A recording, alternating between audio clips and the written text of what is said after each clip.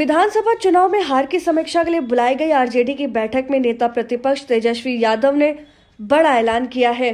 तेजस्वी यादव ने दावा किया है कि बिहार में अगले साल यानी 2021 में मध्यावधि चुनाव होंगे। तेजस्वी ने दावा किया है कि साल 2021 में फिर से विधानसभा चुनाव होंगे। उन्होंने आरजेडी के नेताओं और कार्यकर्ताओं को इसके लिए तैयार रहने को कहा है। बीते चुनाव में मिली हार को लेकर तेजस्वी यादव ने कहा कि किसी भी कीमत पर पार्टी की हार के जिम्मेदार के कारणों पर एक्शन लेगी। तेजस्वी ने कहा है कि आरजेडी सुप्रीमो लालू यादव ने उन्हें पार्टी हित में हर फैसला लेने के लिए पूरी छूट दे दी है। अब वह किसी तरह की मनमानी बर्दाश्त नहीं करेंगे।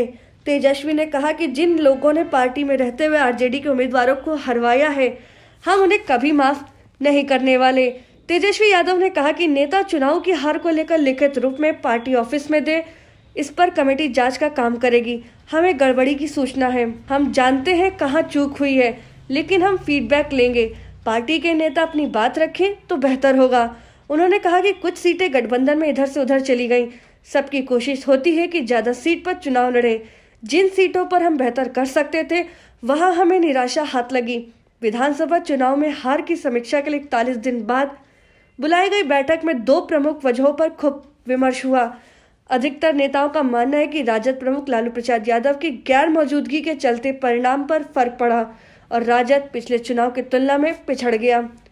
वृषण पटेल समेत कुछ नेताओं का यह भी कहना है कि तेजस्वी यादव के एक दायरे में घिरे रहने, मंडली द्वारा वरिष्ठ नेताओं की बात नहीं सुनने के कारण नीचे की बातें नेतृत्व तक नहीं पहुंच पाई। हार की यह भी एक बड़ी वजह बनी। राजद को 2015 के विधानसभा चुनाव में 80 सीटें मिली थी, जबकि इस बार 75 सीटों से संतोष करना पड़ा।